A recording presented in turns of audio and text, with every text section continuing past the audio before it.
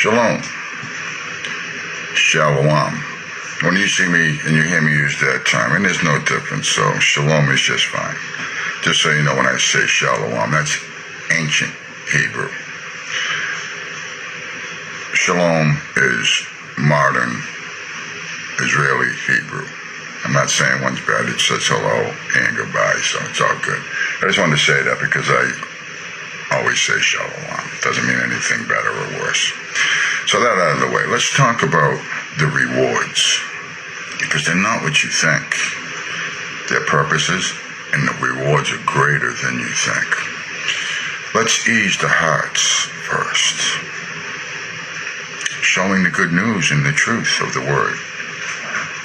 Many of you, when you come into the full truth, you find that there really is no religion, that there is no churches. It's in truth you are worshiping this day. As he said, not in this building or that building, but one-on-one, in spirit and in truth. And as you confess and you've watched my videos and you see the truth of what you have to do, you have to work out your salvation. It's just not a matter of I believe in Jesus or Yahshua or Yeshua or whatever name you use. We know there's more to it because you have to work it out, it says. Endure. Struggle.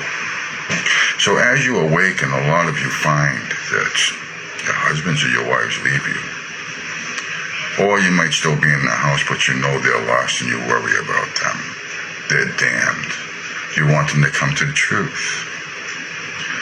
Friends, relatives, and whoever, when you're on here working and they come and wisecrack and say stupid things in comments, don't worry.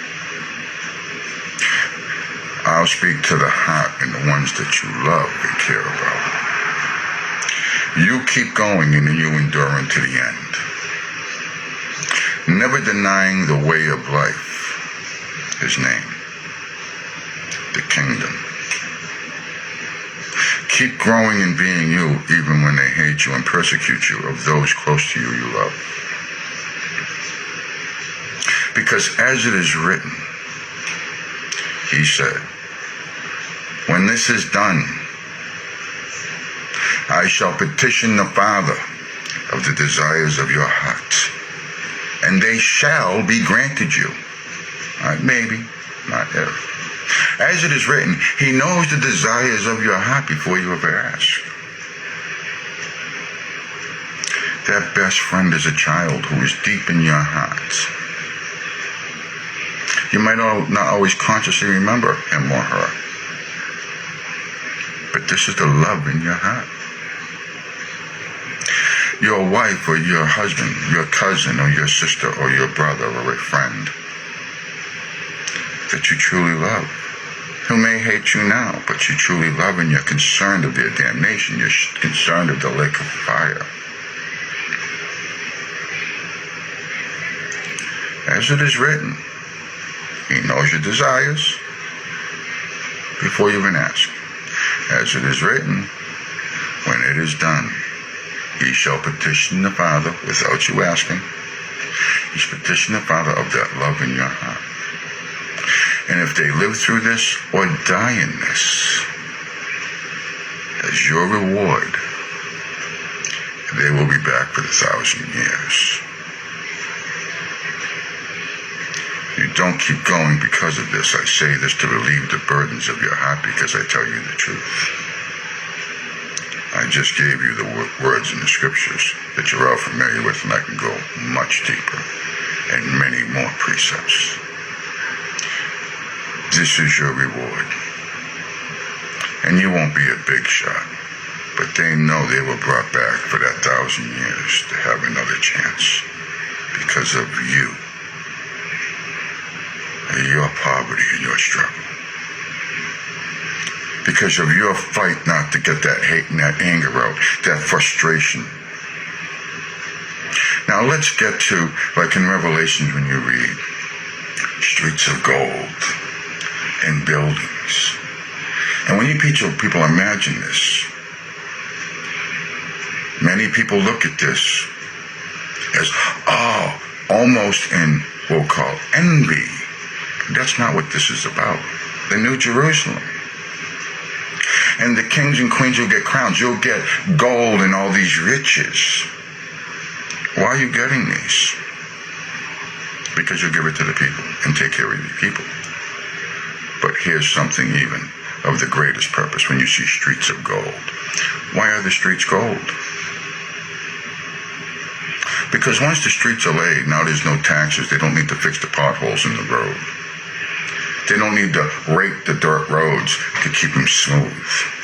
Once the gold is laid, it's there, and for the 1,000 years here, there's no maintenance. There's no taxes. There's no need.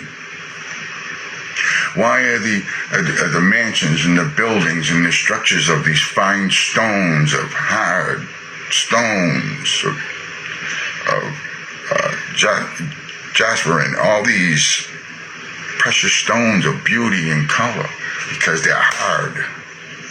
They're solid. They're the best building materials. The roof won't leak. The walls won't crack. They don't need to be scraped and painted. There's no maintenance. It's done.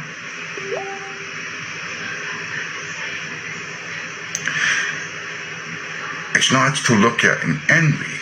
It's not to look at and, oh wow, look at this. It's practical application.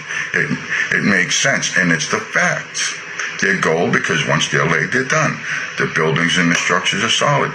Once they're done, they're done. You don't need contractors anymore. You don't need all this labor and things. When he said you'll work by the sweat of your brow, he didn't mean that you would go out and work and then go to the store and buy what somebody else did. It doesn't mean that you'll work and do this and pay for loans and debt. I'll tell you what, if you pray for a new car, or you pray for a house, and you went and got a loan, he said be not a lender or a borrower. But yet, the Christians are taught to pray, and these things will come to pass. Help me get good credit so I can do this. He said be not a lender or a borrower. So where did that prayer get answered from? I said it in the previous video about biblical prayer. Your prayers are being answered by somebody else. So you'll continue in not praying properly. You'll continue in seeking the wrong things. You'll continue seeing the rewards that I just spoke of in the wrong way. Of these tangible things, of the riches I just spoke of, and that's the truth. These are just building materials that come out of the dirt of the ground. But the evil ones have taken these, and rather than showing men and men using these as building products, this gave them excuse. We'll take this and we'll use this, and people desire this, and we'll hold this back, and then we'll make roads and we'll make houses that break, that need repair, that need this and need that, and we'll keep them in constant debt. So this is the truth of rewards. All the videos I make, even now just sitting down, I didn't sit here and think about this. Father said, go make a video and show them about the rewards. And it mainly sat on the fact of all your broken hearts for the ones that you love. That when you speak the truth of the word,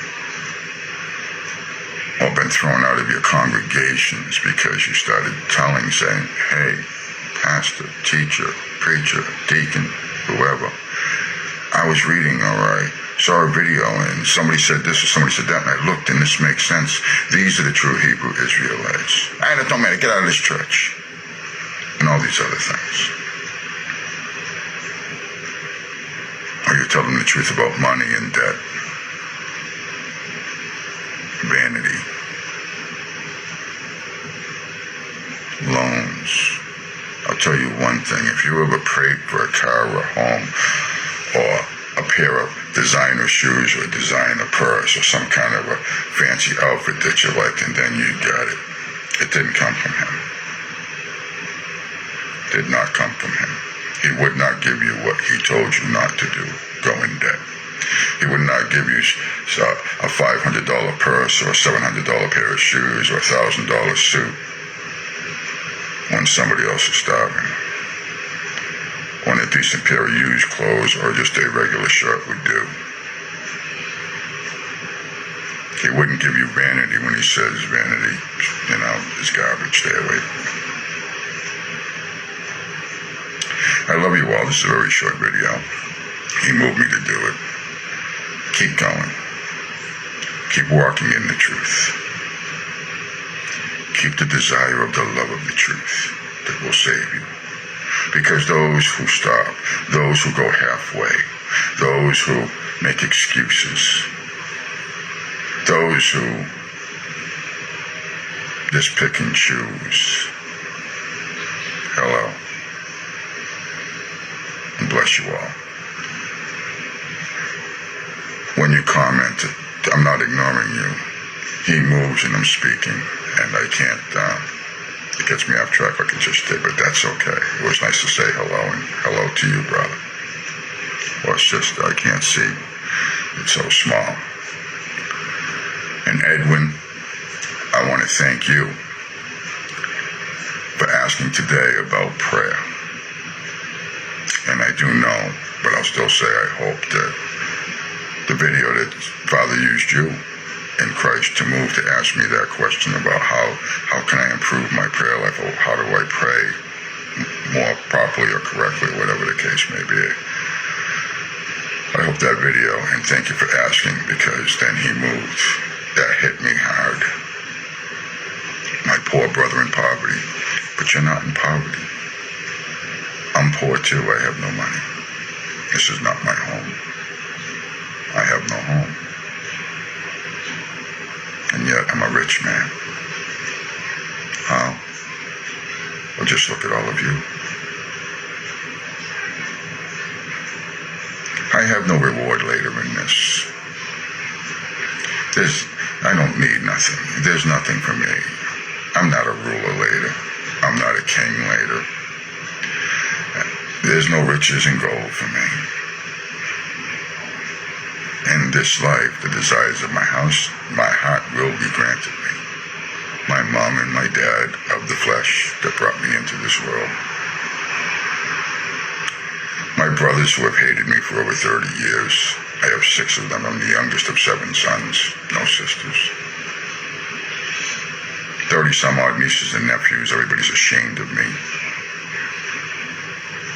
You find very rare to none. I have one niece in here right now. They're all ashamed of Uncle Danny. But that's okay.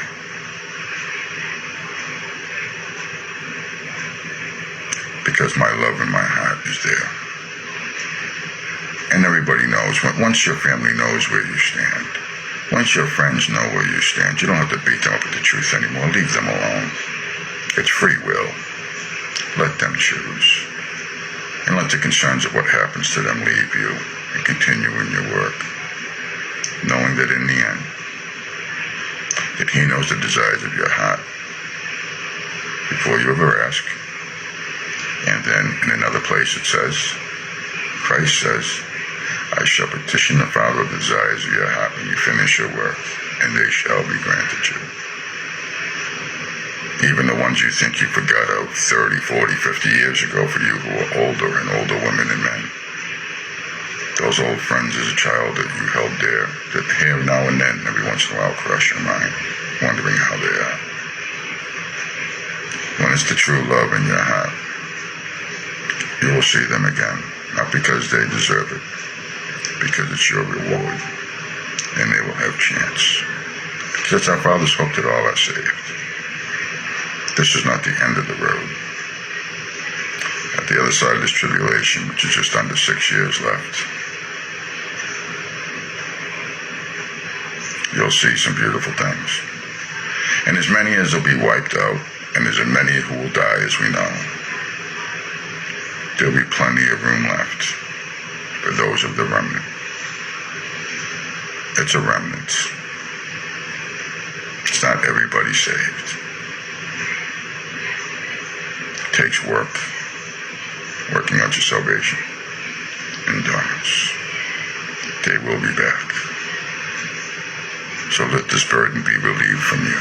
That's why he wants you to know tonight. I tell you the truth. I speak the word only. if I ever say anything. Not because you don't know yet, not because you're not aware of all scriptures of the Old and New Testament, the Apocryphas and all books, just because you don't, and you disagree, it's because you just don't know yet. But if I am ever one dot or one diddle off, then you run like hell, and you should be doing that anyway. Not because of pride and ego and what you think you know. Not because you believe, because what you believe is not in the Bible. Well, I think what you think is not in the Bible. What's in the Bible is in the Bible. And that's it. Nothing more, nothing less. It's a book of facts. It doesn't need what you think in it. It's not there. What you believe is not there. That's why it says at the end of the book, anybody who takes away anything or adds anything to this is accursed. Who's that? The multitudes of Christians who interject what they believe. You're either added or taken away. What you think, it's you who added and taken away. And of course, somebody who interpreted it and might have changed it. But Satan doesn't care. But I tell you the truth. At the end of that book, where it says, anybody who takes or adds, he's talking about you. Come as a child, he said. Because a child will see things, and it is what it is. They don't get all complex and twisted around. Bend it and twist it and find a way.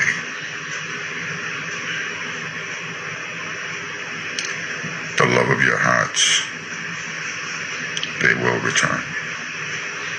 They will have another chance. So endure and keep fighting, people. Keep in love and love your enemies as yourself. The politicians and everybody, we have no ill will towards them. Just hope that all be saved. We just keep walking. Leave them alone when they don't want to hear it anymore. They know where you stand already. You don't have to say anymore. You keep being a light. The light draws, attracts. That means you shutting your mouth once they know where you stand. You don't have to keep shoving it down your throat.